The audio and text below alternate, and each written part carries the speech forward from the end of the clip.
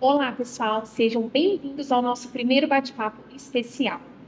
Me chamo Tamires, sou aluna do terceiro semestre aqui da unidade da Anhanguera de Pirassununga. Hoje tenho a honra de receber o professor Renan Silva Malaquias Ferreira, que vai conversar comigo sobre a sua trajetória no direito, sua experiência como advogado e professor, além de compartilhar dicas valiosas para quem deseja seguir na área. Então, fique com a gente e venha aproveitar esse bate-papo. Olá, professor, tudo bem? Boa tarde. Boa tarde. Professor Renan, conte um pouco para a gente sobre a sua trajetória acadêmica e profissional. Primeiro, gostaria de agradecer aqui a presença, né? Agradecer todo esse evento que a gente está montando para começar a fazer essas entrevistas. Já vou avisar que provavelmente a gente vai ter mais algumas entrevistas no decorrer desses meses que vão se passar. São muito proveitosas aqui para o nosso meio acadêmico, principalmente para mostrar como é que funciona dentro da nossa faculdade, né? Dentro das faculdades, como deve ser feito, o que acontece aqui dentro e assim segue. Então, queria agradecer primeiramente a minha entrevistadora aqui, né, que está nesse podcast com a gente. Queria agradecer minha família, queria agradecer minha namorada, que estão sempre dando apoio para a gente, amigos, colegas de trabalho principalmente. Então, vamos lá. Bom, prazer, né? Eu sou o professor Renan Silva Malaquias Ferreira. Eu trabalho como professor há mais ou menos 3 anos. E um ano antes de eu iniciar esse projeto de professor, eu comecei a advogar. Atualmente, eu tenho 3 empregos. Eu sou professor universitário, sou advogado de um escritório de São Paulo e sou advogado particular. Eu tenho os meus clientes, os meus casos particulares. E lá em São Paulo, eu acabo trabalhando com os casos do nosso escritório, que tem um foco mais objetivo.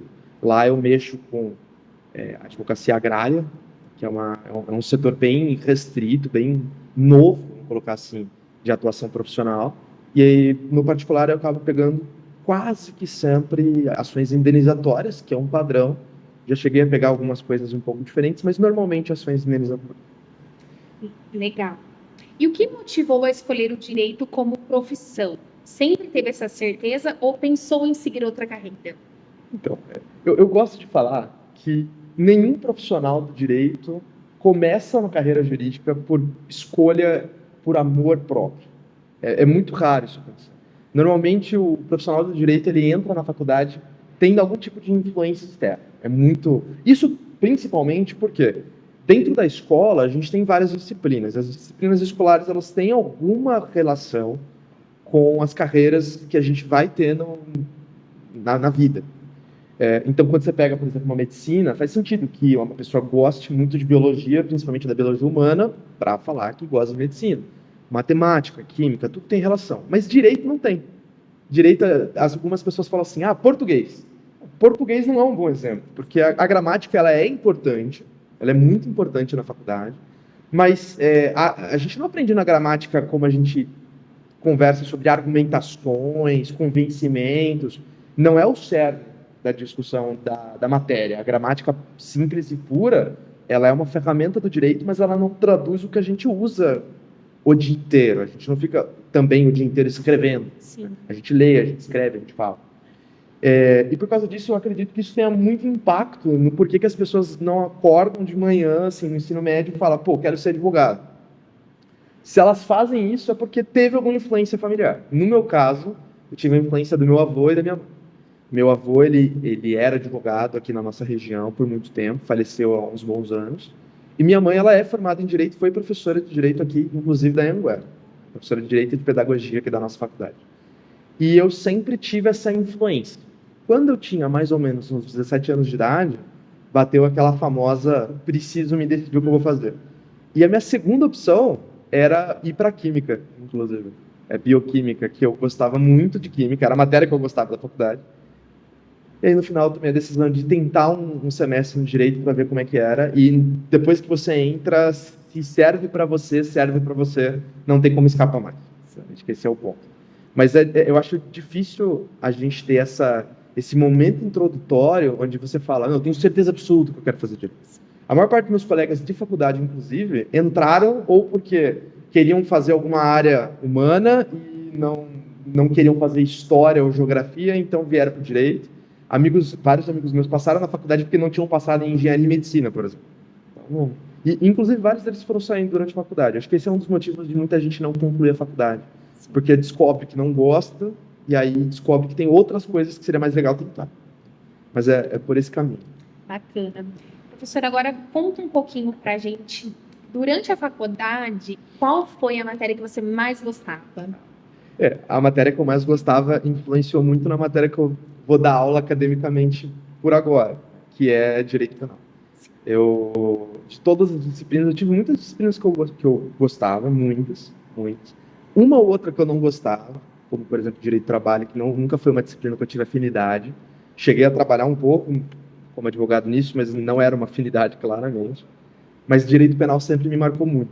Eu tive um professor Santos, maravilhoso, doutrinador, inclusive, que conseguiu expressar muito amor pelo direito penal, que não é uma disciplina tão fácil, assim, em sentido das pessoas gostarem. As pessoas normalmente se apaixonam muito por direito penal no início, chega uma hora que começa a desistir, muito provavelmente no momento onde vocês estão agora na minha disciplina, né? De execução penal, onde a gente começa a fazer cálculo, onde a gente começa a verificar como é que funciona a prisão e como segue, mas porque a teoria geral é muito linda, mas esse professor ele conseguiu dar muito amor para todas as disciplinas. Então acho que foi a que eu mais me apaixonei de primeiro momento e a disciplina que eu continuei me apaixonando até o final. E inclusive é a disciplina que eu mais gosto de dar aula na faculdade hoje e é a disciplina que eu estou fazendo mestrado. No caso, o meu mestrado, eu estou fazendo mestrado agora em Direito Político e Econômico. Ele é um mestrado lá no Mackenzie, muito específico, para esse lado de economia, políticas públicas, mas que te dá amplitude para trabalhar com qualquer coisa que exista praticamente dentro do direito, e a minha escolha foi trabalhar com política pública criminal. Então, envolve completamente o sistema criminal, o estudo da criminologia, que eu gosto muito, e aí vai. Bacana, professor. E como foi a sua primeira experiência no mercado de trabalho? O senhor começou advogando ou foi logo após se formar? Como que foi? Como muitas pessoas, eu saí da faculdade com a pretensão de passar no concurso público. Eu acho que é um foco inicial que vários alunos vão ter. Isso porque, se a gente for dividir as funções, as profissões jurídicas em grandes categorias, a gente vai ter duas principais. Sim. Além de todas as possibilidades que a gente tem no direito, a gente tem duas principais, que é concursos públicos e advocacia. Ambos estão relacionados diretamente e algumas vezes não diretamente ao judiciário, mas todas elas transpassam o estudo do direito. E a minha primeira pretensão era passar no concurso público. Acontece que, graças a Deus, me encontrei, descobri que, não gosto tanto assim de estudar para concursos públicos. Ele é um estudo segmentado do direito que não me favorece. Eu gosto de estudar de forma aprofundada, uma coisa que concurso público não te deixa. Você tem que saber tudo, o raso de praticamente tudo. E aí eu tomei essa decisão de desistir de estudar para concurso público e comecei a advogar. Foi o momento. Eu já tinha meu OAB há mais ou menos 1 ano e meio e não estava usando. Eu assinava os processos que eu precisava assinar para manter o acesso jurídico, mas é uma quantidade muito ínfima. Então, quando a gente fala que o concurseiro ele precisa ter 5 para classificar como acesso, como experiência jurídica, ele precisa ter 5 atos processuais por ano. 5 atos processuais, às vezes eu faço em 1 dia como advogado. Então, em 1 dia eu consigo cumprir o requisito anual de experiência jurídica. Então, eu fazia muito pouco. O que acabou acontecendo? Eu desisti dessa ideia. Hoje em dia, eu tenho a pretensão de voltar a estudar um pouquinho para carreiras muito específicas, não era do jeito que eu fazia antes, que era muito mais geral. Mas eu amo meu trabalho como advogado. Comecei a advogar e logo em seguida que eu comecei a advogar, me surgiu a oportunidade de dar aula. Eu já estava estudando, fazendo pós-graduação, concluí a minha segunda pós-graduação e vim para uma entrevista para trabalhar na Anhanguera, e desde lá, eu, graças a Deus, descobri que meus trabalhos de vida são advogar esse professor. Legal, professor. E quais áreas do direito o senhor já atuou e qual é a sua especialização atualmente? Tá, vamos lá, que é uma resposta longa essa aí. Eu já atuei em muitas áreas. Eu já atuei em civil, indenizatório, família, penal, administrativo municipal, já trabalhei com tributário, já trabalhei com trabalhista. Estou trabalhando com agro nesse exato momento, né? É minha central agora. Mas assim, porque dentro de uma cidade pequena, e no início da tua carreira como advogado, vão surgir casos que você tem tempo para estudar. Esse é o ponto central.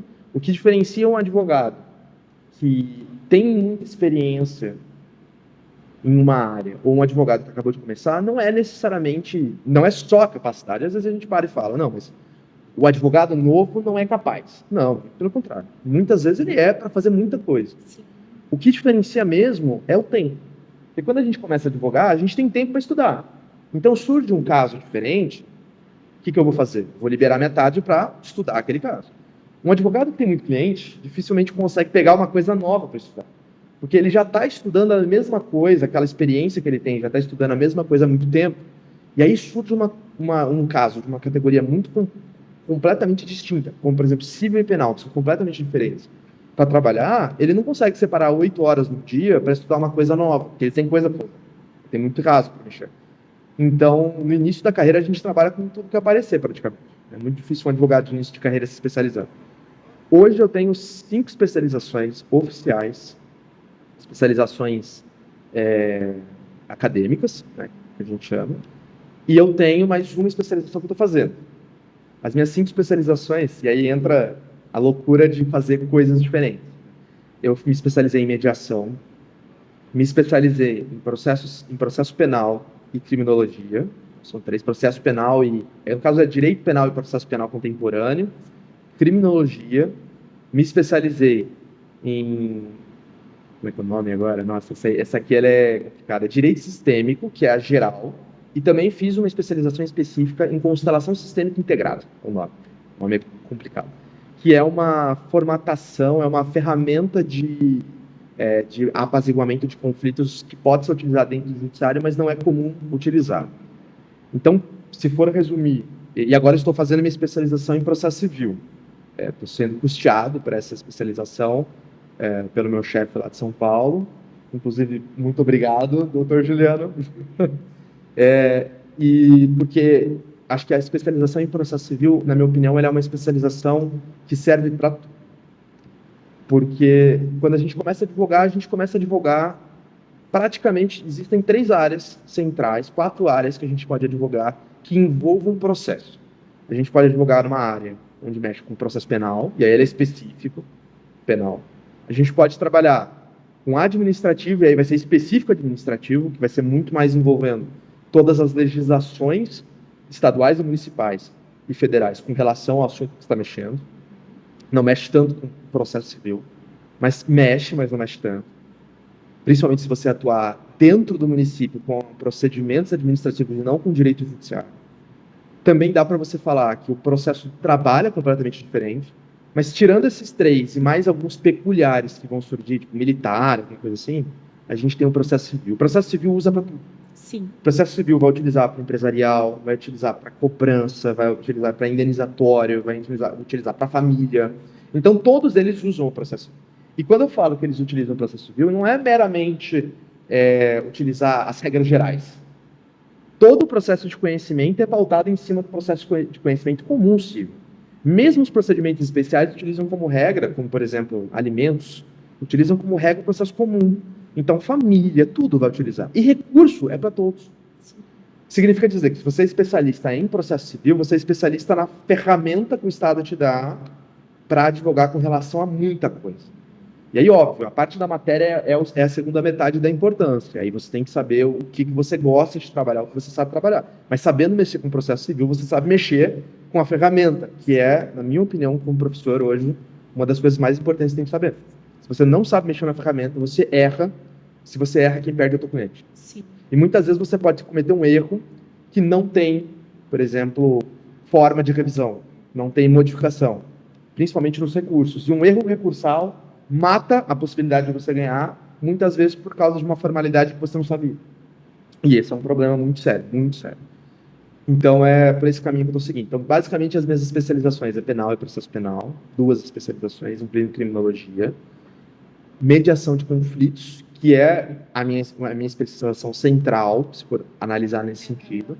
Eu fiz 3 matérias, 3 pós-graduações em relação à mediação de conflitos, e também sou mediador judicial. Eu não trabalho, mas eu tenho meu título de mediador judicial reconhecido pelo Conselho Nacional de Justiça. Então, essa é a matéria que eu tenho mais conhecimento, se for analisar. E estou me especializando em processo civil. Dentro da carreira, o que eu mexo, que é o que eu falaria que eu sou mais centrado, que eu sei resolver melhor. Profissionalmente pela faculdade penal e processo penal, e dentro da advocacia indenizatória, que é o que eu mais peguei até hoje, civil e agrário, que é o que eu estou pegando agora. Então, agrário, eu estou alguns meses advogando na agrário, é completamente diferente Sim. de muito do que a gente aprende. Inclusive, direito agrário nem é uma matéria que você tem em faculdade. A grande maioria das faculdades não tem a disciplina de direito agrário. As poucas que tem são opcionais.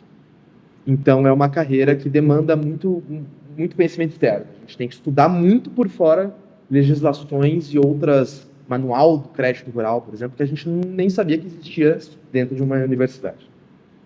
Bacana. E qual foi o maior desafio que enfrentou no início da carreira como advogado? Então, como advogado, acho que 99,9% dos meus colegas vão concordar que é clientela. Sim. A clientela é um problema do advogado porque, primeiro, dentro da OAB, a gente tem algumas limitações. Diferente do que muitas pessoas acreditam, a profissão do advogado ela não é uma profissão comercial. O que significa dizer isso? Não é uma profissão que eu posso fazer propaganda. Não é uma profissão que eu posso distribuir panfleto e chegar para as pessoas e falar: venham comigo porque eu dou desconto. Venham comigo porque eu ganhei os maiores casos do país. Não posso. Sim. Por causa disso, e qual é a justificativa da OAB? Não sendo uma atividade comercial, ela é valorizada. O que significa dizer? Uma atividade não comercial, ela é uma atividade onde existe uma tabela que determina qual é o valor, não se permite se cobre menos, mesmo que a gente saiba que isso pode acontecer, existe penalidade caso um advogado cobre menos do que o valor tabelado no Estado. E é uma penalidade, pode ser primeiramente suspensão, então você perde o direito de advogar por um tempo, mas pode ser perda definitiva da tua carteira da ordem. Então, em termos gerais, isso tem que ser respeitado pelo conjunto. E por causa disso, normalmente os advogados costumam iniciar a advocacia sem cliente nenhum. Malemar um parente, alguma coisa nesse sentido. Inclusive, meus primeiros clientes foram meus parentes, que precisavam de alguma coisa, eu estava lá para resolver. Isso é muito complicado, porque a gente gosta de falar assim, o advogado cobra caro, é obrigado a cobrar caro, não é barato o serviço de advogado, mas é um serviço muito especializado. Sim. Às vezes as pessoas esquecem que o advogado, para ele chegar naquele entendimento, ele estudou muito. E quando eu falo estudar muito, é muito. Porque quando a gente estuda legislação, jurisprudência, súmula, junta tudo isso dentro do processo, cada processo judicial ele é um conjunto muito extenso de informações. São muitos pontos que a gente tem que aprender. E é justamente para isso que a gente faz uma faculdade de 5 anos. E dentro da faculdade de 5 anos, a gente utiliza uma boa parcela das informações que a gente aprende, mais um monte de coisa que a gente tem que aprender especificamente para trabalhar com uma ação. Sim. É que, no geral, a gente acaba ficando cada vez mais rápido, cada vez mais prático. Por quê? Porque a gente trabalha muitas vezes com aquilo. Mas, em termos gerais, é muito difícil. Se você passa, por exemplo, mesmo estudando a parte, se você passa para um leigo fazer uma peça, a probabilidade dele errar várias coisas é imenso. E o advogado não pode, porque se o advogado erra, é dele. E ele pode ser responsabilizado pelo erro. Então, assim, tem meses que entram nada de dinheiro no início da carreira. Porque você tem um cliente, o cliente te pagou mês passado, você está trabalhando no processo dele, não vai entrar dinheiro. Sim. Principalmente porque a gente gosta de falar, o advogado ele recebe de duas formas, do cliente e do processo. O advogado ele recebe dos honorários contratuais que ele firma com o cliente, que pode ser uma porcentagem, mas normalmente um valor fixo. Ele também recebe de 10% a 20% no final do processo, se ele ganhar. Mas se ele ganhar, é muito tempo. O exemplo que eu gosto de dar é, até hoje, já fazem 4, estou no 5º ano de trabalho. A quantidade de honorários que eu consegui ganhar foi quase nenhum.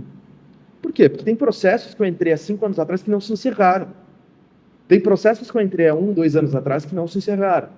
E não é só se encerrar, é que um detalhe. É ganhar, que já é um desafio, e cobrar, que é outro desafio. Porque às vezes a gente esquece, né?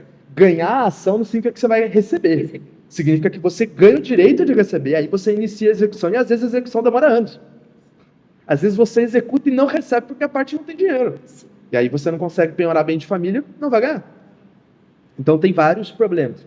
E aí essa dificuldade no início da carreira é surreal. Você acordar e você não saber se naquele mês você vai ganhar algum dinheiro. Sim.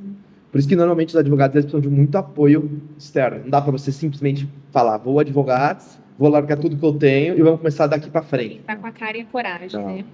Por isso que, inclusive, muitas pessoas desistem porque acabam alugando uma sala para advogar, que hoje em dia, graças a Deus, não é um pré-requisito. Eu não tenho escritório físico, eu não tenho um escritório meu físico. O escritório que eu trabalho em São Paulo é físico, mas o escritório meu não é completamente digital. Mas assim, ter que pagar um aluguel de um serviço que você sequer sabe se recebe, e quando recebe, é sempre valores completamente desconexos. Às vezes, tem mês que você vai receber muito dinheiro, tem mês que você não vai receber nada. É complicado. Então, essa é uma barreira que força muito advogado a ter empregos paralelos, né? Às vezes, no início da advocacia, continua trabalhando com o que trabalhava antes, mas com a advocacia de suporte. E a advocacia como suporte é muito valiosa. Porque não importa qual seja o trabalho que você escolha, é muito satisfatório você advogar e ganhar os teus honorários de vez em outra. É muito satisfatório. Porque às vezes entra uma bolada de dinheiro que você não esperava, é um dinheiro que você não pode contar, então é um dinheiro bônus, né? Então isso é muito, muito bom, mas demora um pouco para você adquirir clientela. Bastante. Às vezes as pessoas falam assim, os primeiros anos. Dependendo, os primeiros bons anos. E até é bacana, né, professor, essa informação, porque tem muita gente que às vezes coloca na rede social, fazendo direito por amor, não, por dinheiro. Então, é bom essa informação para as pessoas saberem que é difícil, é toda uma trajetória, tem um longo percurso pela frente. É aquela coisa. Dá para ganhar dinheiro rápido com direito? Dá sim. A gente consegue falar hoje em dia que dentro da carreira, por exemplo, de redes sociais, dá para ganhar dinheiro, até porque a rede social envolvendo direito não é pequena, ela é significativa. Dá para ganhar dinheiro trabalhando para os outros. Então, quando você é um empregado de uma empresa no setor jurídico, eles não costumam pagar tão mal. Depende, tem carreiras que não são boas, mas várias são. E dá para ganhar dinheiro com concurso público. Tem vários concursos públicos que te obrigam a ter direito. A pessoa do direito que estuda bastante, é esforçado, vai lá e ganha dinheiro. E ganha bem. Sim. A maior parte das carreiras que envolvam direito ganham bem. Essas são as 3 únicas formas de ganhar imediatamente. Exatamente. A do advogado é muito difícil você começar ganhando muito. Só que assim, todas elas pagam bem? Todas pagam bem. No geral. Só que paga bem depois de um tempo. Dificilmente você entra numa empresa ganhando uma fortuna. Sim. Você vai ganhar uma fortuna quando você estiver trabalhando como um sênior, por exemplo. Já é um advogado que está lá com o objetivo de revisar o trabalho dos outros advogados e coordenar a equipe. Aí você ganha bem, tipo um gerente. É o que a gente chama de sênior, é um gerente. Você vai ganhar muito dinheiro na advocacia quando você começar a receber muito honorário. Por quê? Porque às vezes a gente gosta de falar. Às vezes você fala assim, você cobra 3 mil, 4 mil reais para entrar com uma ação, mas às vezes o honorário que você vai receber naquela ação é 40 mil reais. Sim. 40 mil reais é uma porrada que você leva de uma vez porque você ganhou. Você gastou 8 anos para ganhar esse valor. Tudo bem? Só que daí quando você começa a receber isso recorridamente, você ganha muito dinheiro. Mas, de novo, não existe essa história de trabalho fácil, rápido e muito bem remunerado. Isso, na minha opinião, isso nenhuma carreira. Não existe nenhuma carreira que você olha e fala assim, é fácil. Aí você vira para mim e fala assim, não, mas medicina, o médico sai ganhando muito dinheiro. Mas foram 6 anos de faculdade e mais sei lá quantos anos de cursinho, isso você não pagou milhões de reais para fazer uma faculdade. Porque quando você vira para mim e fala que você pagou 5 anos, 10 mil reais para fazer uma faculdade, desculpa, você está gastando muito dinheiro e você não recuperou nada. Aí faz sentido que ele receba muito dinheiro depois que terminar. Mas não é rápido, não é fácil, não é qualquer um que se forma. Então, de novo, é uma carreira. Então, na minha opinião, para as pessoas que escutam principalmente, né, não vale a pena você fazer uma faculdade por dinheiro sem ter amor. Porque assim, o trabalho do advogado é maçante. Ele é um trabalho de final de semana. Ele é um trabalho que você tem que trabalhar quando surge. Você tem prazo para cumprir na segunda-feira, você vai trabalhar de sábado e domingo. Então assim, fazer isso sem gostar da profissão e no início, onde você provavelmente não vai ganhar muito dinheiro, você desiste. Agora, se você gosta do que você está fazendo, não importa se você não ganha. Você sabendo que uma hora vai dar certo, que uma hora vai destrinchar, maravilha. Se aguenta, né? Mas, de novo, tem que gostar. E a vantagem do direito, acho que a maior vantagem do direito é essa. Porque gostar do direito é muito fácil. Porque, assim, tem alguma matéria que você vai gostar.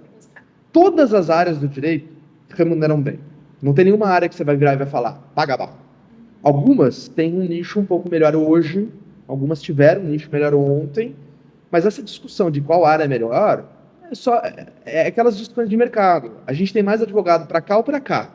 Mas, de novo, todo advogado que se esforça durante o tempo da carreira vai receber, vai ter retorno. Isso não é certo, mas é muito provável. Agora, essa é a maior vantagem do direito. Por quê? São tantas carreiras que é difícil uma pessoa entrar na faculdade e não gostar de nada. Se você sai da faculdade gostando só de direito penal, e só de direito penal, parabéns, você pode ser um advogado criminalista e ganhar fortunas de dinheiro como qualquer advogado criminalista. Pô, eu gosto de processar os outros para cobrar dinheiro. Você pode ser um advogado civilista, indenizatório, você vai ganhar fortunas de dinheiro. Sem problema nenhum. Então, assim, em termos gerais, essa possibilidade de você trabalhar com praticamente todas as áreas da sociedade.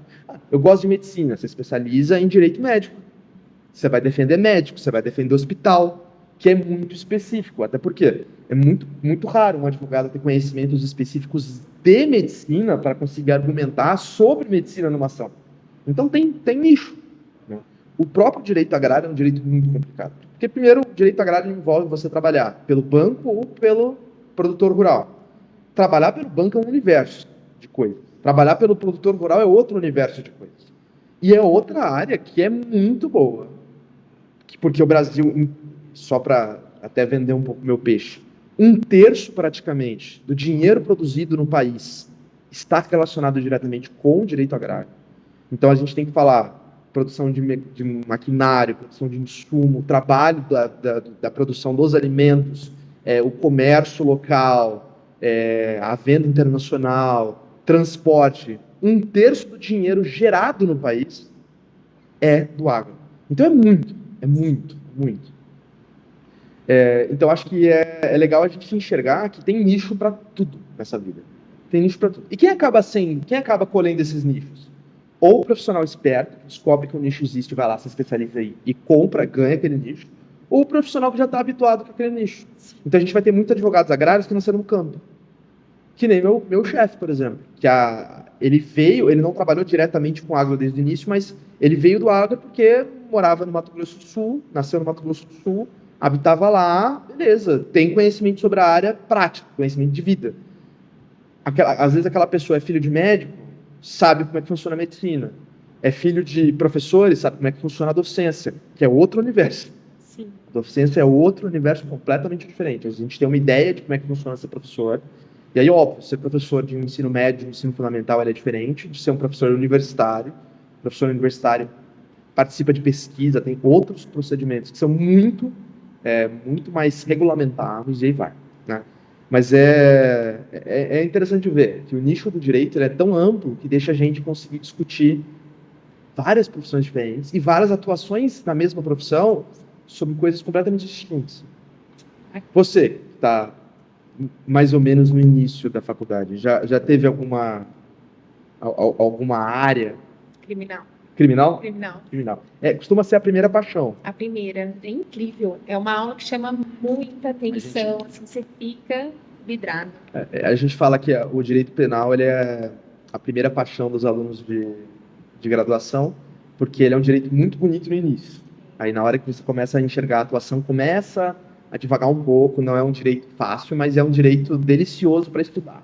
Você não sei, né? Mas interessante. Altíssima chance de até o final do curso você mudar a área que você gosta, sim. 100%. Zero problema com relação a isso. Eu também saí da faculdade achando que eu ia só trabalhar com direito criminal. E hoje eu praticamente não pego direito criminal para trabalhar. Os meus casos de direito penal são da Defensoria Pública, que eu adoro mexer. Que inclusive se eu fosse prestar um curso público seria para defensor público. Eu adoro. Mas assim, praticamente são de lá. Então, meus clientes particulares são civis. E aí vai. Civil. Bacana. Professor, e existe algum caso que marcou sua trajetória profissional? Se puder compartilhar, seria muito interessante. Eu gosto de falar que no direito tudo é diferente. Nada é idêntico.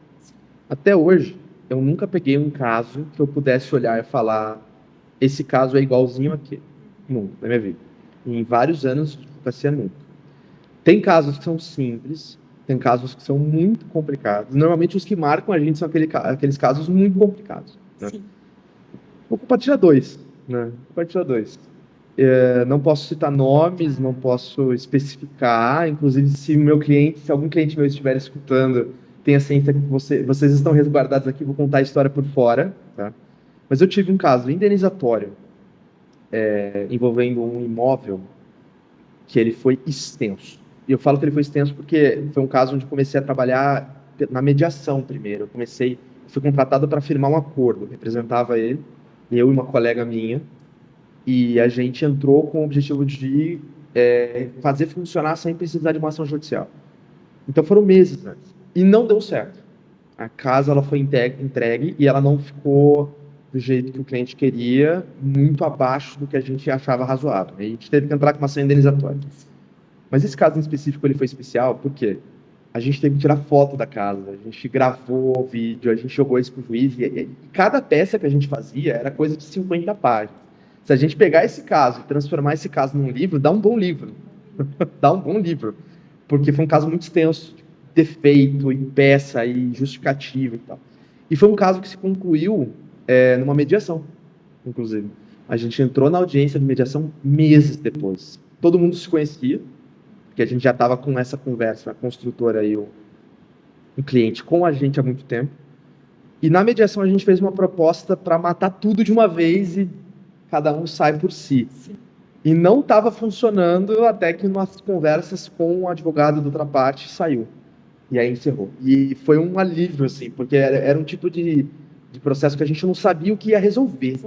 Porque tem processos, e aí explicando para a audiência, né? Tem processos que quando a gente pega um cliente, a gente fala, tá, existe uma probabilidade do juiz deferir o teu pedido, não necessariamente no valor que a gente quer, mas o direito está lá. Se o direito está lá, a chance de ser um não é baixa, sempre existe. É baixa. Esse caso, ninguém sabia o que aconteceu. Porque era tanto evento, tanta coisa que aconteceu, que a gente não tinha ideia para onde o juiz ia ir e qual ia ser o resultado. Ao nível de que, como a outra parte também apresentou os próprios pedidos com relação ao meu cliente, a gente não sabia se a gente ia sair perdendo dinheiro ou ganhando dinheiro. Então tinha um espectro de milhares de reais para menos, milhares de reais a mais ou zero. Então era uma linha.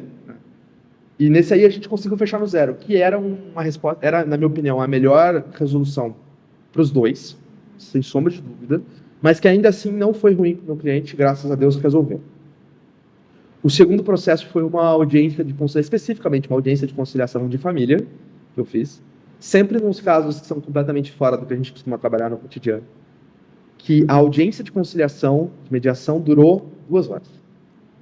E ela só funcionou porque eu e a outra advogada martelamos o que precisava martelar até convencer os dois. Então foi muito bom. Não, era uma audiência atípica de conciliação, ou seja, de mediação, não era uma audiência normal, ela foi feita no cumprimento de sentença, que não é comum ter, e durou 2 horas. Eu nunca tinha feito, eu sou formado em mediação e nunca fiz uma audiência de 2 horas mesmo, só essa. Inclusive aqui em Pirassununga, lá que é onde a maior parte dos meus processos correm, lá no JEC, que é onde se faz as audiências de conciliação, juizado especial civil, o funcionário virou para a gente e falou assim, a gente não vai conseguir manter vocês aqui, a gente aqui. Então, o que a gente pode fazer, doutores? A gente sai, deixa vocês conversando, e aí o mediador volta e vê o que resolveu. E a gente fez isso e funcionou.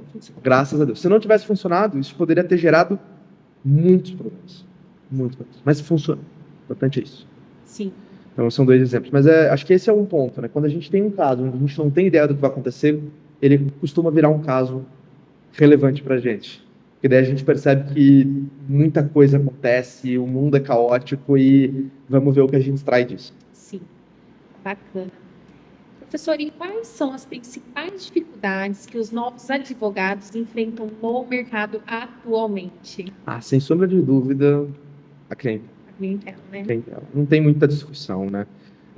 Você sai da faculdade, você não tem clientes fixos, você não tem clientes que demandam você constantemente. Malemar, você tem clientes. Sim. Acho que esse é um ponto. Às vezes você tem umas pretensões próprias, às vezes você tem pretensões familiares. Não é todo advogado que sai cobrando a família, não é fácil cobrar a família, mesmo que eu particularmente fale que trabalhar de graça é a pior coisa que você pode fazer para si mesmo, porque você tem que trabalhar de forma motivada. Trabalhar de graça para os outros te desmotiva. E se você falhar num processo que você está desmotivado, é pior ainda.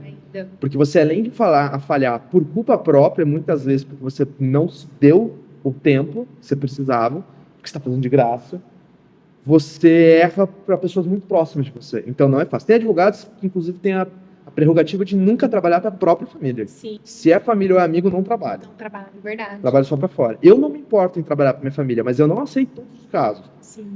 Por responsabilidade. Às vezes eu viro para a pessoa e falo, ó, não trabalho com isso, não vou fazer. Por quê? Porque eu não vou me desdobrar para fazer uma coisa que um colega que é muito mais experiente, muito melhor que eu no assunto, faça. Ah, mas é de graça. Pô, mas o de graça às vezes sai caro, né? Se eu errar. Entendeu? Principalmente considerando que muitas vezes quando a gente não consegue uma justiça gratuita, errar e perder gera prejuízo. Sim.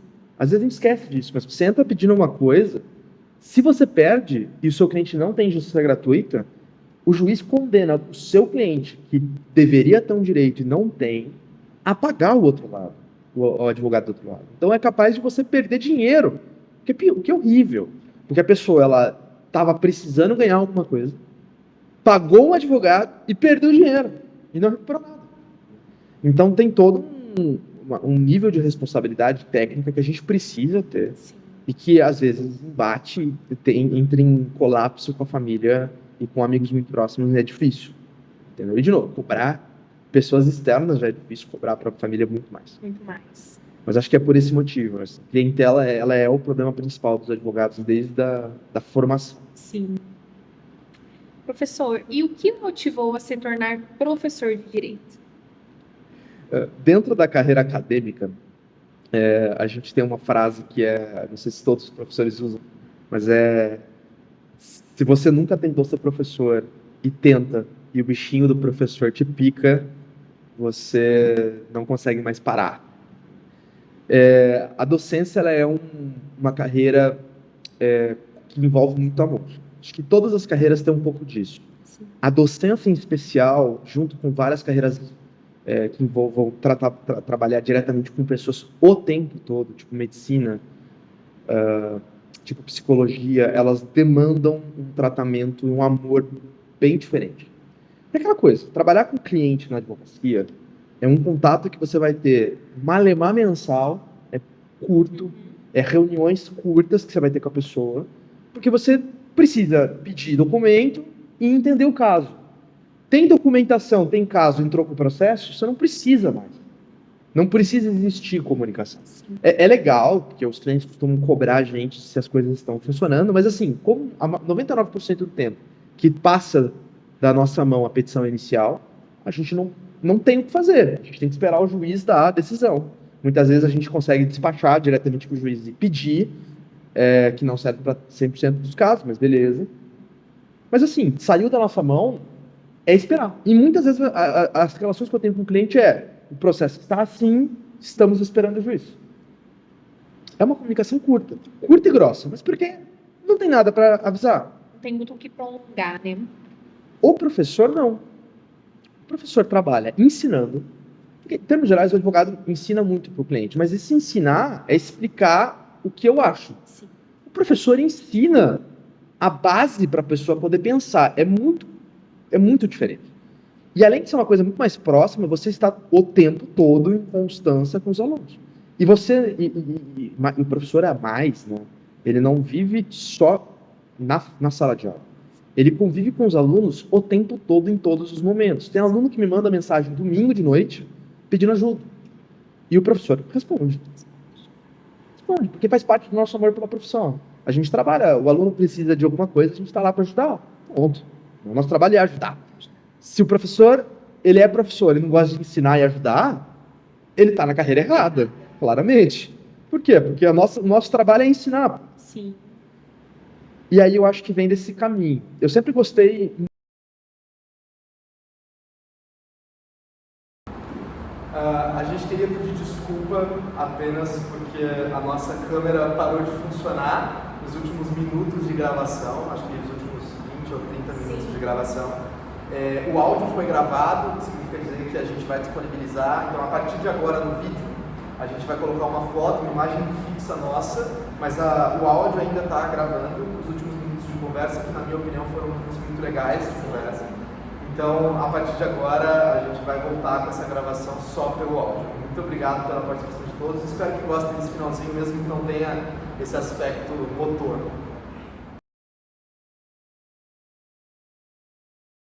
Muito de explicar coisa para os outros. Quando eu estava na escola, a gente fazia grupos de estudo e eu gostava de dar aulas para uma galera, né? Eu sempre tive uma prática social de diversão quando eu era criança e quando eu cresci só tive que parar em decorrência da correria do dia, que são RPGs de mesa, que nada mais é do que um jogo de interação social, onde uma pessoa conta uma história e as outras pessoas jogam essa história. Quem assistiu Stranger Things é o joguinho de tabuleiro que os meninos jogam no primeiro episódio, RPG de mesa. E eu fazia muito no papel do narrador, que é quem contava a história, ou seja, a pessoa que coordena, que é muito próximo de um trabalho de um professor. É muito próximo. Então, na minha vida inteira, eu sabia que eu era bom nisso. Eu gostava de ensinar. Aí, algum determinado dia, virei para minha mãe e falei, mãe, vou tentar dar aulas. Abriu para Anhanguera, não é uma coisa que abre com regularidade, não temos muitas vagas para dar aulas no Brasil. E eu falei, vou preparar uma aula e vou participar da banca de professor, que é a nossa entrevista de emprego, é dar uma aula. É um spoiler, é dar uma aula. E vou ver se funciona. Minha mãe chorou, porque ela falou que a vida de professora ela é difícil, e de fato ela é difícil. Minha mãe foi professora a vida inteira, então ela chorou, e depois de chorar um pouquinho, ela me abraçou e falou, vamos fazer dar certo. E deu, né? E depois dos primeiros 5 minutos, literalmente, eu gosto de brincar com o meu coordenador, o Heraldo, e a professora Cecília, que não está mais com a gente, mas ela também estava presente na banca. Eles me deram 5 minutos para falar. Chegou no final, eu preparei uma aula de 50 minutos. E aí chegou 5 minutos depois de eu ter iniciado a aula, o Heraldo virou para mim e falou, professor, não precisa. Eu parei e eu falei, eu não posso continuar mais um pouquinho? Eu não posso terminar o que eu trouxe? Aí ele falou, não precisa, já estamos satisfeitos. Inclusive, eu só fui terminar essa aula 2 anos depois, porque eu não tive a oportunidade de assumir a matéria para a qual a aula eu tinha preparado por 2 anos. Então, assim, para quem gosta de estar aqui na frente falando, é delicioso. Para quem não gosta, é a pior experiência da vida. Se você para na frente de um monte de gente, olha e fala, tenho vergonha, não consigo, eu travo, eu morro, para mim é uma experiência horrível, claramente ser professor não é uma boa ideia. Se você gosta de ser... a profissão do professor é uma profissão de ego, né? Se você gosta de estar parado na frente de um monte de gente, explicando o que você acha sobre as coisas, pautado em cima da ciência, mas o que você acha sobre as coisas. E você gosta das pessoas olharem para você e falarem que você é muito bom, que estão adorando o que está fazendo, é uma profissão de ego. Aí é maravilhoso. Sim. Né? Professor, político, essas entidades públicas que têm uma proximidade muito grande com o público, para quem gosta, gosta. Quem não gosta, existe uma sofrência. Existe uma sofrência. Sim. Na verdade, para ser professor tem que gostar também, né? Nesse país que a gente vive, mais do que padrão. Não é a profissão mais bem remunerada do país, Sim. Nem no nível universitário. Então, assim, eu posso dizer com absoluta certeza que todos os professores que estão na casa com a gente são professores porque amam ser professores. É o motivo número 1 para estar aqui. Não vou dizer que todos os professores do país, porque deve ter muito professor que fez mestrado, doutorado e entrou no concurso e não ama dar aula, às vezes ama pesquisar, estudar, que é uma prerrogativa da profissão, mas não é a única. Mas a maioria você vai encontrar em uma grande parte dos lugares, vai gostar de fato de fazer o que faz. Bacana. E qual a importância da graduação em Direito, mesmo para quem não deseja advogar? Deixa eu confirmar se está gravando ainda aqui, porque está gravando. Fiquei com medo. Qual é a pergunta, Ju? Qual a importância da graduação em Direito, mesmo para quem não deseja advogar? Maravilha. A graduação do Direito, ela não é exclusiva para a advocacia. Eu sei que a gente olha e fala que as pessoas fazem Direito, muita gente do passado gosta de lembrar que as pessoas não fazem Direito, fazem advocacia. É mentira. Quando a gente olha para os últimos índices da OAB, de todas as pessoas que estão prestando, 10% passam, mais ou menos. 10, alguns anos um pouco mais, alguns anos um pouco menos. Significa dizer que a maior parte das pessoas que se forma, direito é a segunda faculdade com o maior número de pessoas formadas. A maior parte das pessoas que se formam não são advogados. Começa daí, já. Então, assim, se você entra no direito com a única exclusiva ideia de ser advogado, você vai tomar um choque. Porque o direito é enorme e advogar não serve exclusivamente, não é só para advogar. Além de advogar, você consegue trabalhar em muitos lugares. Assessoria política, por exemplo, demanda direito. Sim. A gente consegue mexer com concursos públicos que demandam direito. E mesmo que as más línguas não tenham muito conhecimento sobre a área, mas você não precisa ser advogado para ser a grande maioria dos cargos públicos, inclusive juiz. Você não precisa ser advogado para ser juiz. Se não me falha a memória, você não precisa ser advogado para ser promotor. Você precisa de advogado para ser defensor público e procurador, porque defensoria pública e as procuradorias são cargos de advogado, especificamente. Agora, as outras profissões, jamais. Por quê? Porque o advogado ele é um cargo exclusivo, ele é um cargo funcional que tem uma função. E qual é a função do advogado? Interação com o poder jurídico.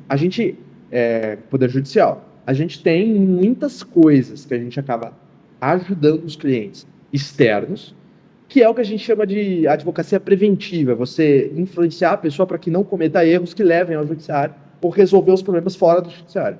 Mas, de uma forma ou outra, tudo que a gente está conversando nessa advocacia prévia, né, você advogar para o cliente antes de dar o problema, nada mais é do que evitar precisar ir para o judiciário. Ou seja, são matérias judiciais, são matérias judiciáveis que a gente fala. Significa dizer que se a gente não fizer isso, vai dar errado e vai para o judiciário. Então, o trabalho do advogado é esse, mexer com o poder judiciário, é a interação do público com o poder judiciário. O trabalho do juiz é julgar, o trabalho da promotoria é influenciar e representar a vontade pública. Tem muita gente que fala com o advogado do Estado, não é. É o advogado da existência, vamos colocar assim. Defende direitos difusos, defende o Estado com relação aos crimes. Então, de novo, não é um trabalho de advocacia, é um trabalho de defesa de forma diferenciada. Então, em termos gerais, a maior parte das pessoas que estão no direito não vão ser advogados e não vão advogar. Então, o que a gente faz com o direito? Tudo. O rol de concursos públicos. Direito é a carreira que mais habilita concurso público. Então, significa dizer, se você faz direito, você se permite estudar para a grande maioria dos concursos públicos, mais do que qualquer outra carreira? Sim, sem sombra de dúvida. As carreiras que são genéricas, que permitem qualquer graduação, direito serve. Mas a grande maioria requer direito. Então, todas as carreiras do judiciário de nível universitário demandam direito. A maioria das carreiras de nível técnico são influenciadas pelo direito no poder judiciário, até porque o direito ele é essencial para prestar a prova e dar bonificação para quem faz, escrevente, por exemplo, que é um cargo de ensino médio. Então, em termos gerais, tanto para concurso público quanto para a advocacia funciona. Fora da advocacia tem política, que é outra que é extremamente essencial. Fora da política, fora de cargo público, a gente pode discutir muito sobre a possibilidade de você ter o direito e utilizar o direito como ferramenta secundária. Como, por exemplo, na mídia social. Você pode discutir direito, você sabe. Mesmo não sendo advogado. Você não precisa ser advogado para falar na mídia social sobre direito. Você é jurista. Formado jurista, você é uma pessoa formada na capacitação de direito. Você não pode falar, por exemplo, sobre causas, especificamente. Você pode virar e falar que no Poder Judiciário funciona desse jeito, mas você pode explicar direito. Né? A gente tem várias categorias de direito que são essenciais que se tivesse uma explicação mais detalhada. Exemplo, direito do consumidor. Um direito afetado a todas as pessoas do Brasil diariamente e que, sem sombra de dúvida, se a população tivesse mais conhecimento sobre as possibilidades de pedidos administrativos, ou seja, coisas que você pode exigir da loja, por exemplo, isso diminuiria drasticamente o número de problemas que a gente tem no Brasil hoje e diminuiria drasticamente o número de ações judiciais, só porque a pessoa não sabe que ela tem um direito. Coisas absurdas que, por exemplo, são colocadas pra gente e forçadas pra gente, como, por exemplo, você vai no shopping, lá está escrito no shopping que o shopping não se responsabiliza pelos objetos deixados dentro do carro. Mentira, o estacionamento é do shopping. Ele é completamente responsável. Não, por menos coloca a câmera, coloca a segurança. Se não precisava ser responsabilizado, não colocaria. Sim. Entendeu?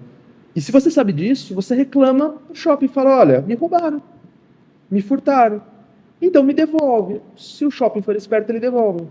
Se ele não for esperto, ele vai tomar um processo, vai perder muito mais, porque o processo é mais caro. Sim. Né?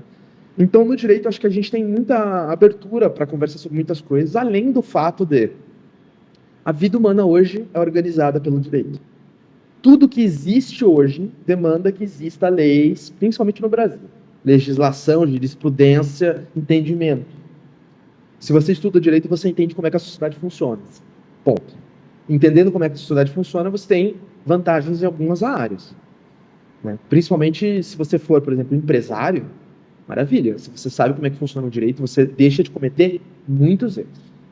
Tanto na área trabalhista, quanto na área empresarial, consumidor. Nossa, muitos. Bacana. Professor, e com tantas mudanças nas leis e no cenário jurídico, como um bom profissional do direito, você deve se manter atualizado? A carreira jurídica ela demanda atualização frequente, constante. A carreira de docência mais ainda. Se você não pode errar dentro do Poder Judiciário, você pode errar ainda muito menos quando você estiver ensinando uma sala com 50 pessoas. Sim. Agora, essa demanda de se atualizar, ela é uma demanda de atualização completa? Não. Muitas vezes as pessoas acham que o advogado ele sabe tudo. Não sabe. O advogado sabe com aquilo que ele trabalha. Sim. Então, você tem casos, você precisa se atualizar sobre casos. O professor, como ele dá aulas gerais, ele se atualiza sobre o conteúdo que ele dá aula. Significa dizer que ele se atualiza sobre muito de tudo que ele está dando aula. Então, é uma atualização muito mais prática. É uma das justificativas de eu gostar muito de dar aula. Eu sou obrigado a estudar muito sobre as coisas mudarem, e por causa disso eu sempre me atualizo sobre coisas que eu nunca trabalhei na advocacia. Mas se eu for trabalhar, eu sei. Né? Mas o advogado, ele se atualiza frequentemente. Por quê? Porque quando ele vai, principalmente quando ele vai fazer uma peça, ele demanda citar leis. Então, vai demandar que você entre na legislação e veja se ela mudou. Pode ser que muda, pode ser que não, normalmente não. Vai demandar que você acesse doutrinas atualizadas, porque a doutrina, que são os livros de explicação jurídica, a gente chama de doutrina. Não é um nome muito bom, mas a gente chama. Elas... Não é legal você utilizar doutrinas muito antigas, porque às vezes mudou muito a legislação e a doutrina antiga vai errar. Então o que você faz? Você compra uma nova. Essa nova doutrina vai trazer um posicionamento diferente, muitas vezes, do que a gente tinha antes. Você se atualizou. E por terceiro lugar, você precisa mexer com jurisprudência. Um dos trabalhos mais importantes do advogado não é saber como a lei funciona, é saber como o judiciário trabalha com a lei. Porque a lei é interpretativa, toda lei é interpretativa. Significa dizer que a lei, ela define, e eu vou citar um aspecto, né, jurídico, a lei, ela define um quadro. O quadro do direito, tudo que está dentro desse quadro é o que é permitido. Significa dizer que se eu tenho uma lei que é um quadro pequeno, vai ter coisas ainda assim dentro desse quadro que vão ser interpretativas. Qual é a interpretação que a gente tem? A doutrina é um exemplo. Mas é muito mais prático você utilizar a interpretação do judiciário. Porque o judiciário é quem decide. Quem decide não está mandando por si só. Mas não é um ato de mandar, é um ato de entender.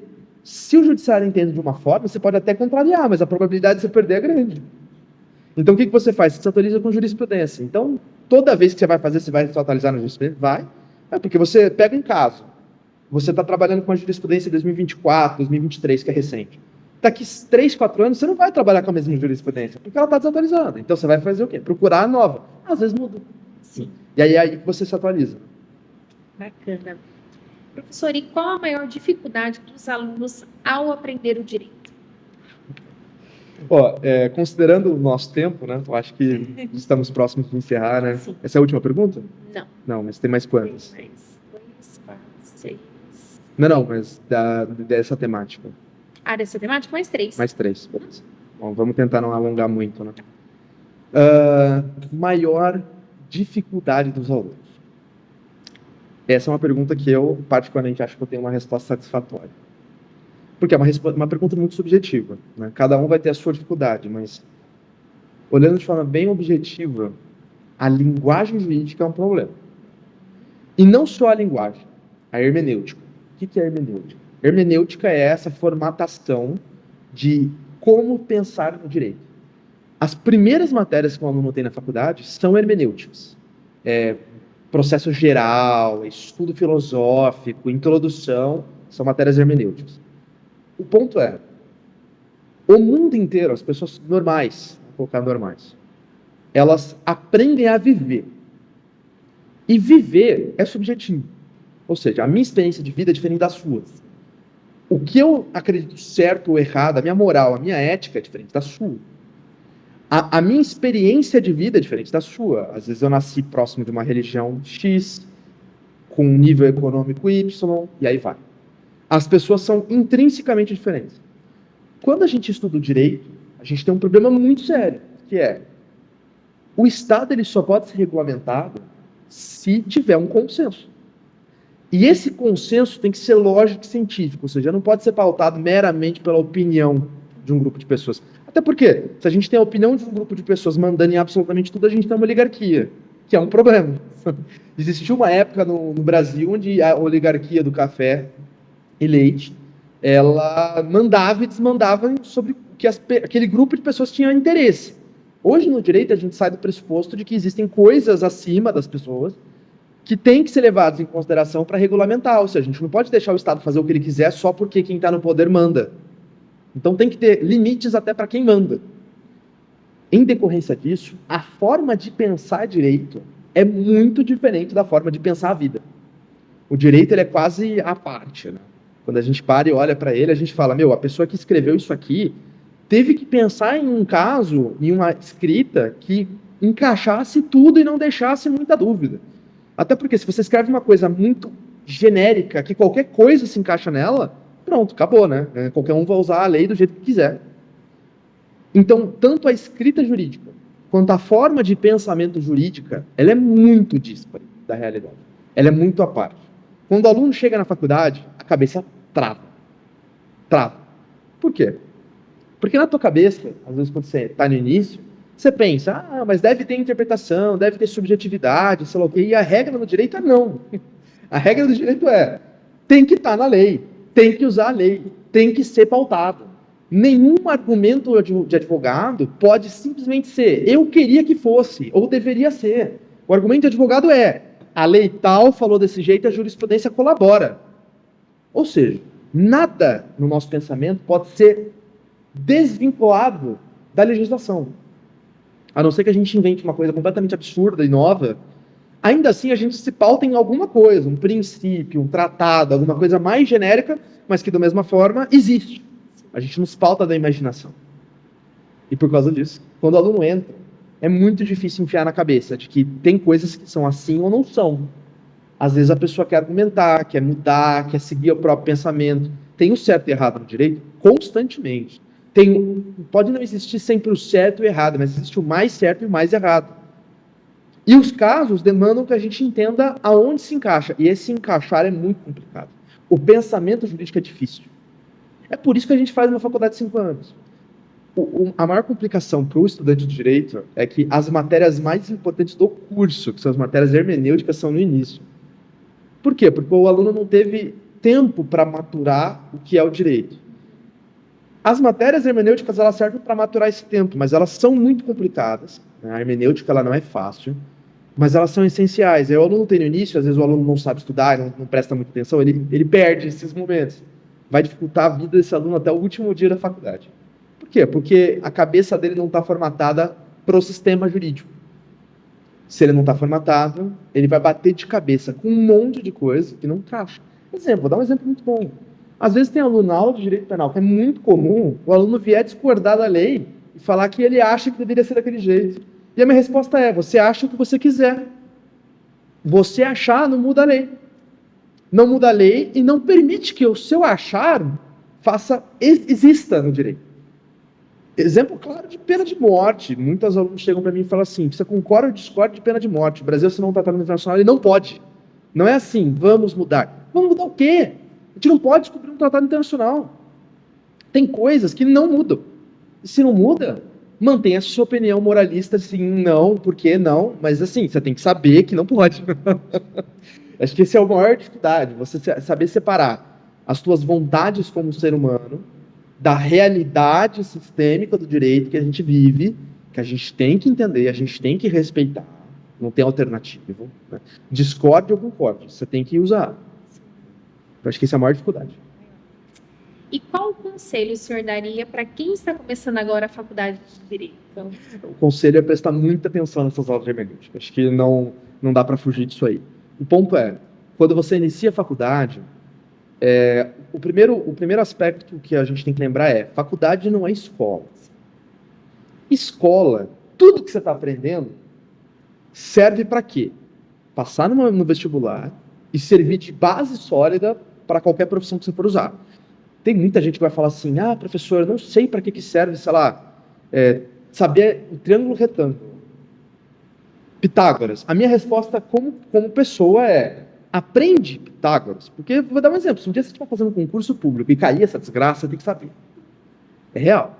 E mais, às vezes a vida te devolve uma cobrança de uma informação que você não sabe porque você não estudou na escola. Mas, de novo, as informações da escola, elas são segmentadas de uma forma que parece que não vai ser útil na vida. Quando eu, como professor, estou afirmando todas as coisas que se aprende em escola são importantes. Sim. Só que mesmo que, por exemplo, eu não utilize tanto biologia ou química, o que eu aprendi na faculdade eu uso. Tudo. Então, assim, o aluno que entra na faculdade achando que ele pode levar como se fosse uma escola, onde ele vai ter matérias que ele é bom, matérias que ele não é bom, é um aluno que vai sofrer. Porque, de novo, eu estou trabalhando no direito, eu falei no início, se eu estou trabalhando no judiciário e não gosto de processo civil, o que eu vou fazer? Eu vou errar. Então, assim, tem coisas que não é questão de gostar ou não gostar, é questão de aceitar que você tem que saber. Então, mesmo que existam matérias muito fora, que você pode se dar o luxo de não saber tanto, como, por exemplo, eu com direito de trabalho, pessoas me perguntaram inúmeras vezes sobre direito de trabalho. Se eu não sei nada, eu não respondo. Então eu sei. Eu sei o suficiente para advogar? Na minha opinião, não. Não tanto. O que eu faço? Eu levo para colegas. Mas assim, eu tenho que saber. Alguma coisa eu tenho que saber. Então, a grande maioria das disciplinas de direito são intrinsecamente importantes. Por quê? Às vezes você é um civilista. Uma pessoa vai te pedir ajuda. Às vezes um cliente vai te perguntar. Eu tenho clientes que me perguntaram se eu posso fazer isso. É um cliente civil. Me pergunta, doutor, eu posso fazer isso? A minha resposta como criminalista é, não, você está cometendo um crime. Então eu tenho que saber? Sim. Eu tenho que saber todos os direitos? Você tem que ser capaz de pesquisar e entender todos. Ao nível de suficiência de que se alguém precisar da sua ajuda, você consegue orientar. No mínimo. Você não vai trabalhar com tudo, mas você tem que ter uma boa noção de tudo. Então o que o aluno tem que fazer? Sentar a bunda na cadeira e estudar. Para tudo. Tudo. Não existe nenhuma aula na faculdade que é inútil. Acho que esse é o problema. Né? O aluno médio brasileiro, chega na faculdade achando que a faculdade vai ser igual escola, onde tem matérias que você não vai usar. Porque, de fato, se você não cai na tua segunda fase de uma faculdade, de uma universidade, você dá menos foco. No direito, não existe isso. No direito não existe, eu não vou estudar. Você tem que saber. Até porque o direito inteiro é entrelaçado. Muitas vezes as disciplinas se misturam. Então, você só saber direito civil te torna um péssimo advogado civil. Você tem que ser um ótimo, você tem que saber muito sobre civil, muito sobre processo civil, um pouquinho sobre administrativo, um pouquinho sobre penal, um pouquinho sobre trabalhista, pra você saber criar um panorama de diferenciação. Senão, você erra. Até por isso que a grande maioria das pessoas que estão aqui, dificilmente, dos professores principalmente, dificilmente não sabem nada sobre algum assunto. Alguma coisa a gente sabe. Sim. Porque a gente tem que lembrar. Então, acho que esse é a maior dica que eu dou. Não desconsidere disciplinas que você não gosta. Se você não gosta, se dedique o dobro. Por quê? As matérias que eu gosto, eu estudo, eu sei. As matérias que eu não gosto, eu não estudo. E por causa disso, eu não posso não saber. O que eu tenho que fazer? Estudar o dobro. Professor, agora uma pergunta que eu acho que muitos alunos têm curiosidade. Para aqueles que querem seguir a área acadêmica no direito, quais são os primeiros passos? Os primeiros passos de qualquer advogado é estudar e trabalhar, como qualquer pessoa. A gente não pode fazer propaganda, a gente não pode sair falando de qualquer jeito, distribuir coisa, advogado é proibido. Significa que advogado não pode fazer nada? Não, a gente pode distribuir cartãozinho, a gente pode participar de eventos, sim, a gente pode conhecer pessoas, Então, e de novo, conhecer pessoas e ter recomendações pessoais é a forma principal de captação de clientela de todos os advogados. 99% dos meus advogados hoje me conhecem porque alguém recomendou para mim. Não vieram do nada. Então, qual é a função principal de um advogado no início de carreira? Ser sociável. Sair para todos os lugares, conhecer pessoas, oferecer. E não ter vergonha. Isso é um ponto importante. Sim. Eu faço isso. Às vezes a gente eu brinco assim, eu estava com a minha namorada na fila de um brinquedo no Hop Hari, escutando uma galera discutindo sobre direito. Eu puxei um cartãozinho do nada e falei, sou advogado, precisa de ajuda? Sem brincadeira. Ganhei um cliente. Ponto. Maravilha. Não funcionou, mas assim, me mandou mensagem, conversamos, avaliei o caso, Curiosidade, né? me pagou uma consulta, mas não funcionou, porque não tinha direito. Ponto. Às vezes acontece. Mas, essa pessoa, estando contente com o meu serviço, mesmo que não tenha sido jurídico, mas tenha sido judicial, mas tenha sido um serviço de consultoria, essa pessoa vai lá e me recomenda. Sim. Ah, tá acontecendo um problema. Ah, não, fala com o advogado, o doutor. Sim. Então, assim, a primeira coisa é essa, sair por aí, conversando, oferecendo serviço, não tendo medo de não fazer, aprendendo a cobrar, porque isso é uma coisa importantíssima. Como a nossa profissão é uma profissão extremamente centrada em caráter, honra, é uma profissão de honra, é uma profissão de ego. Se a gente se apresenta mal, se a gente não sabe cobrar, a opinião pública sobre a gente é ruim. Sim. Esse é um ponto que a OAB de São Paulo adora falar. Toma cuidado com como você se porta. Porque a sua clientela demanda de saber que você é uma pessoa séria. Se você só faz coisa errada do lado de fora, as pessoas não vão confiar em você como advogado. Primeiro ponto. Vocês têm que se comportar de maneira séria, você tem que ser sociável, você tem que caçar as pessoas, você tem que ser educado. E principalmente, para todo mundo que estiver iniciando, tem que cobrar. Por quê? Primeiro, a OAB ela demanda que exista ética. Maravilha. O código de ética fala, tem que cobrar certinho. Só que, de novo, vamos lá. Se você compra um fone de ouvido que custa R$35 numa loja esquecida em São Paulo, você acha que esse fone é original ou não? Se a sua resposta for acho que não, já tem um preconceito sendo gerido, mas é um preconceito natural. Se a sua resposta é sim, mas deve ser horrível, você já começa a entender por quê. O ser humano tem um pré-requisito na cabeça. Se você está pagando pouco, é porque não deve prestar. Não por menos, as pessoas querem comprar os carros mais caros, não necessariamente os melhores. Não por menos, a pessoa quer ter o melhor celular, o celular mais caro, não necessariamente melhor.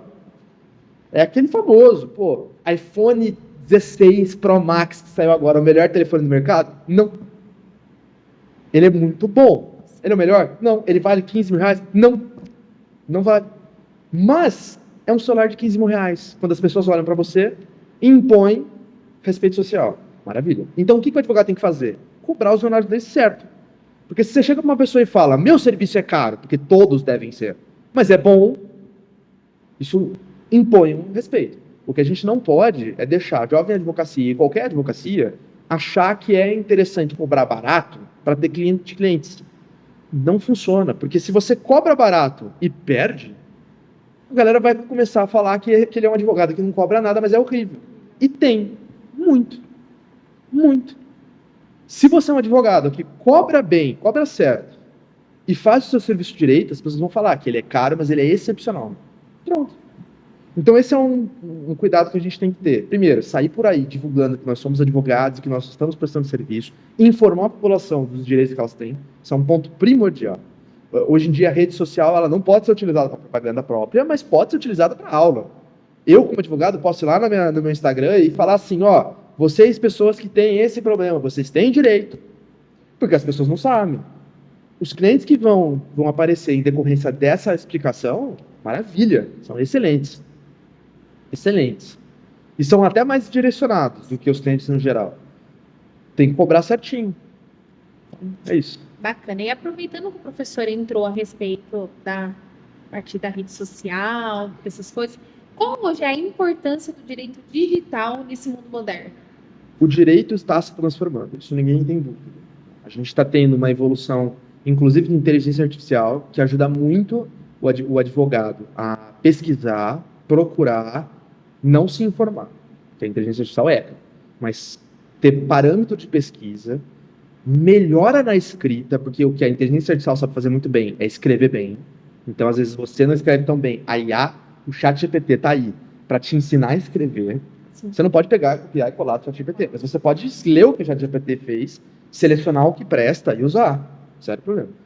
Mas, principalmente, o fato, a partir da pandemia, a pandemia, ela foi ruim para a advocacia pelos motivos errados. Ela foi ruim no mundo inteiro, de amplo geral, mas ela foi ruim na advocacia porque as pessoas, ficando em casa, muitos perderam emprego, muitos ficaram com medo de sair. Então, o número de casos diminuiu muito. Sim. Mas a transformação que a pandemia trouxe para a advocacia foi expressiva e boa. Que foi qual? Sair do ambiente físico e entrar no ambiente digital. Antigamente, audiências predominantemente eram físicas. O que isso causa? Limita a contingência do trabalho do advogado para onde ele mora. Então, se eu moro na região de Pirassununga, meus clientes são de onde? Daqui. Eu vou assumir um cliente em Araras, em Campinas, mas se eu for ter que viajar para uma audiência, é 1 hora de viagem. Não tem como eu assumir um cliente em Roraima, porque eu não consigo ir numa audiência em Roraima. Até porque o cliente de Roraima não vai me pagar uma viagem de avião para ir. A não ser que seja o melhor advogado do país, ele não vai fazer isso. Então, você não assume. Agora, não acontece mais. Agora você pode assumir qualquer pessoa em qualquer região do país, que tudo é online. Tanto as audiências da primeira instância quanto recursos, tudo é virtual. Peticionamento virtual. Com o meu token digital eu consigo protocolar em todos os estados brasileiros. Maravilha, né? Então, o que isso permitiu? Que o advogado consiga subsistir todo o país, sozinho. Ele e o contingente de advogados. Agora a gente pode atender em qualquer lugar, qualquer pessoa. Eu tenho um cliente meu que mora nos Estados Unidos. E eu fiz a ação dele aqui no Brasil, mas ele mora lá. Se as coisas não fossem digitais, não existiria. Entendeu? Até porque, se não fosse digital, como é que eu vou intimar ele? Como é que eu vou chamar ele para uma audiência? Ele vai vir dos Estados Unidos ter uma audiência aqui? Não vai. Agora, ele vai por link. Ele nem procuraria o direito se fosse físico. Ele só procura porque ele sabe que a audiência é digital. E isso, dentro da mediação, por exemplo, a gente já teve dados incríveis, que o nível de presença das pessoas em audiências de mediação, mas assim, aumentou surreal, é um número surreal. Só porque agora a gente tem audiência digital, a pessoa pode fazer audiência no trabalho, a pessoa pode fazer audiência na estrada, de preferência não dirigindo, mas você para onde você estiver, faz audiência e vai embora. Isso melhorou tanto em sentido de evitar um número contencioso de decisões que demandam não vamos fazer uma conciliação, vamos para o juiz, de forma estrondosa. É claro, existe um afastamento do ser humano com o ser humano que tinha uma importância, mas assim, existe um aumento de potencial que não existiria antes. E a rede social acabou virando uma ferramenta que advogados conseguem utilizar para divagar direitos. E isso gera clientes. De novo, não podemos fazer propaganda, mas podemos fazer vídeos explicando o direito. E, obviamente, se a pessoa descobriu, isso acontece, se a pessoa descobriu que ela tem um direito, a primeira opção dela vai ser você que ensinou. Da mesma forma que aqui na faculdade, os primeiros advogados que os alunos procuram são os professores. Isso acontece. Então, trabalhar aqui na faculdade ajuda com clientela? Claro que sim, não é tanta, mas ajuda. Óbvio, um aluno pode me procurar para processar a faculdade. Eu sou funcionário dela. Mas podem me procurar para, inclusive, já me perguntaram, perguntando sobre processar a faculdade. Eu, como advogado, falo, eu não posso fazer, mas você pode procurar um advogado. E eu não posso nem orientar, porque orientar já é um serviço de advogado. Então, assim, procura um advogado para ir atrás, eu explico o direito, você interprete da forma que quiser, mas procura um advogado. Então, esse acho que é o panorama que a gente vive hoje no direito. É uma faculdade que permite que você tenha amplitude. E isso é muito legal. Porque, por exemplo, hoje em dia você pode estudar num estado completamente distinto de onde você mora, ou estudar num estado, morar num estado completamente diferente e trabalhar em São Paulo. Sim. O meu trabalho com o meu escritório é de São Paulo, eu moro em Pirassununga, eu trabalho com home office. Eles estão querendo que eu vá para São Paulo, então eu comecei a ir agora, uma vez por semana para São Paulo, mas, de novo, é um trabalho online, eu fiz meses de trabalho online, 100%, sem problema, perfeito. Óbvio que o contato humano no escritório é melhor. Sim. Mas assim, eu trabalho do mesmo jeito. Se eu não tivesse a possibilidade de trabalhar online, eu nem estaria no escritório. Como é que eu vou trabalhar sem ser presencial. Não consigo morar em São Paulo. Sim. Então, assim, tem essa prerrogativa, é maravilhosa.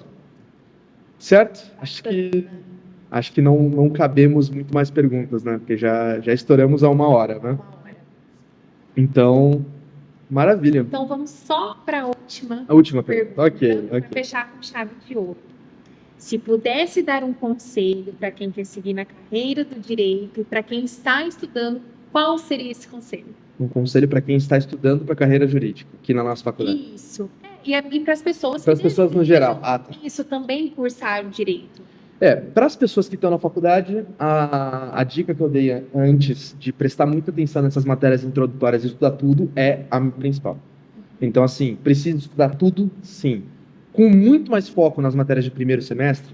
Sim, primeiro e segundo. Por quê? Porque é a base para toda a estrutura jurídica. Não tem como existir uma matéria, por exemplo, de processo, se não existe a matéria introdutória de processo. Não dá para a gente discutir moral, ética, se a gente não tiver, no direito penal, por exemplo, se a gente não tiver filosofia, sociologia jurídica. E essas são matérias que criam um respaldo.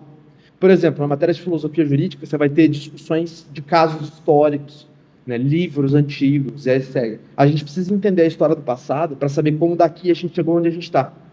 E sem esse percurso, a informação que a gente tem é uma informação solta. E isso não pode existir no direito. O exemplo que a gente tem antigamente, as pessoas tinham conhecimento sobre toda a linha de produção. Hoje em dia, eu não sei como é que um celular funciona. Eu sei que ele funciona. O advogado não pode saber que apenas a lei existe. Ele tem que saber por que a lei existe. Muitas vezes essa lei muda. Muitas vezes a interpretação da lei é pautada em cima do porquê ela foi criada. Existe um mecanismo de interpretação histórico no direito, que é levar em consideração o processo histórico levado à criação da norma. Significa dizer que leis antigas têm que ser interpretadas com um pensamento antigo e leis novas, pensamento novo. Se você não tem essa linha de raciocínio, você erra, porque você acha que você pode aplicar. O melhor exemplo disso é o direito penal. A gente acha que a gente pode aplicar toda a modernidade num código que foi escrito em 1940. O código de 1940, ele funciona em 1940 e está adaptado agora. Mas ele foi escrito em 1940. Então ele tem que ser lido e entendido na cabeça da pessoa que escreveu aquela coisa há muito tempo. A gente está falando de pelo menos 85 anos atrás. As pessoas que escreveram morreram. E quem estava vivo quando lançou tem chance de estar morto. Então, assim, é uma estrutura histórica muito importante. Então, para o estudante do direito, estudante, você precisa prestar atenção em todo o percurso. E esse percurso se inicia nas matérias hermenêuticas no início do primeiro semestre, primeiro, segundo, terceiro semestre. Para quem não estuda direito e tem intenção de estudar por conta, aí por que você vai estudar direito por conta? Porque você não quer ser advogado, quer ter um cargo público, você quer continuar trabalhando, às vezes, na tua empresa, na tua empresa administrativa, como administrador de uma empresa, e você quer estudar direito. Minha dica é, estude aquilo que cabe dentro da sua disciplina. Se você tem uma loja, estude direito do consumidor para se proteger, estude direito do trabalho para se proteger. E aí, como você não vai trabalhar no judiciário, você não precisa ficar prestando muita atenção em processo. Por quê? O fato de você ter uma ação contra a loja, você tem que contratar um advogado. O advogado sabe. O problema é, se você sabe o direito, e o que é o direito? É o direito material. O direito material é aqueles objetos, aquelas regras que aplicam para as pessoas. Não as regras que a gente presume quando está no Poder Judiciário. Como, por exemplo, o direito de devolução em 7 dias, e aí segue os direitos do trabalhador, e aí vai. Se você estuda esses direitos segmentados, você tem uma boa noção se você está fazendo uma coisa errada ou não.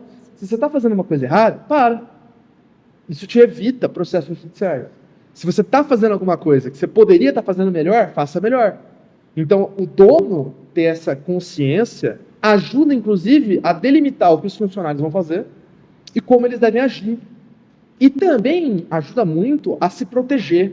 Eu acho muito legal, tem uma pessoa, um advogado digníssimo, hoje ele é advogado, originalmente ele é repórter. Ele chama Gustavo Mendes, eu acho, não sei se eu esqueci o primeiro nome dele, mas o segundo é Mendes. E ele o nome do grupo dele, ele é um... Putz, esqueci o nome, olha, que ruim. Mas ele é a Ronda do Consumidor no YouTube. Maravilha, lembrei. A Ronda do Consumidor lá em Minas Gerais. esse advogado, que ele não era advogado, ele virou advogado, ele fez faculdade, se formou, pegou a OAB agora, por causa de tudo que acontece na Honda.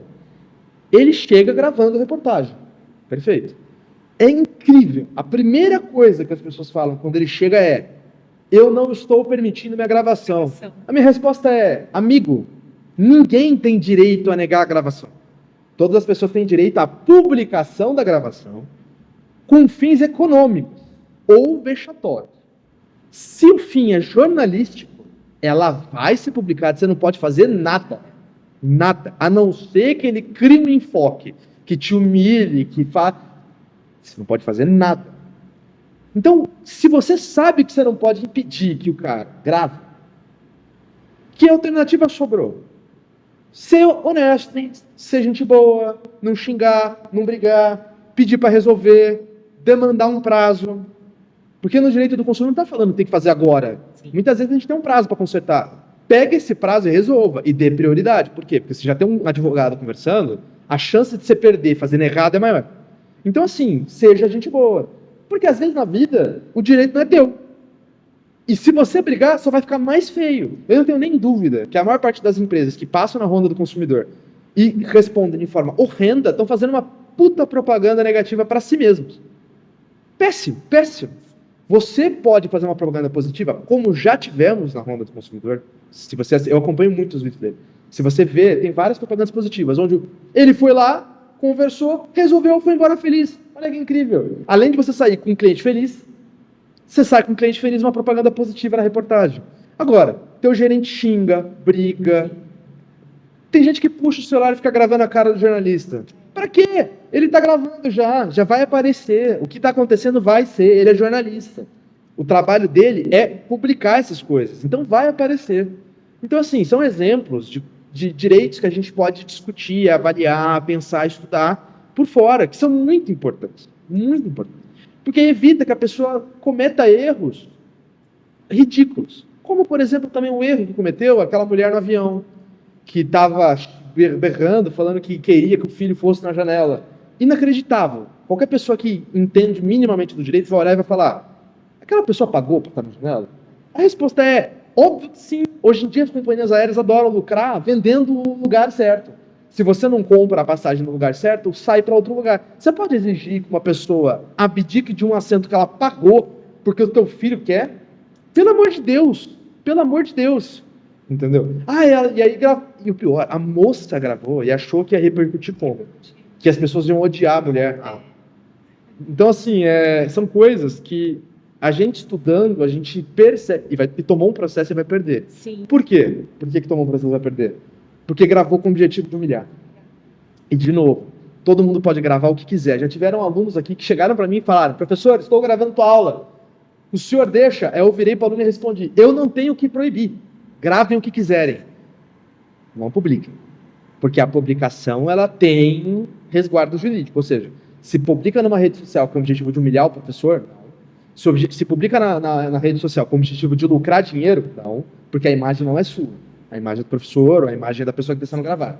Se publica na rede social sem vinculação econômica só para mostrar, eu não posso fazer nada. A não ser que eu me sinta atacado, eu não posso fazer nada. E de fato está certo. Entendeu? Então é mais ou menos por esse caminho que a gente está. Então acho que a dica ela é legal nesse sentido. Os dois principais direitos para quem está de lado de fora é o direito do consumidor, um pouquinho de direito civil, contratos, aluguel, essas coisas. Sim. E principalmente direito de trabalho para quem é dono de empresa. Ok, professor, muito obrigada por esse bate-papo. Gostaria de agradecer também a todas as pessoas que estão assistindo e pedir para ficar ligadinho também nos nossos próximos vídeos. Com certeza a gente tem muito mais para falar. Inclusive a gente nem conseguiu encerrar todas as perguntas, então a gente vai voltar com uma segunda oportunidade para responder. E obviamente, se tiverem dúvidas, podem comunicar, a gente responde nos próximos eventos. Com certeza. Muito obrigado. Obrigada, professor.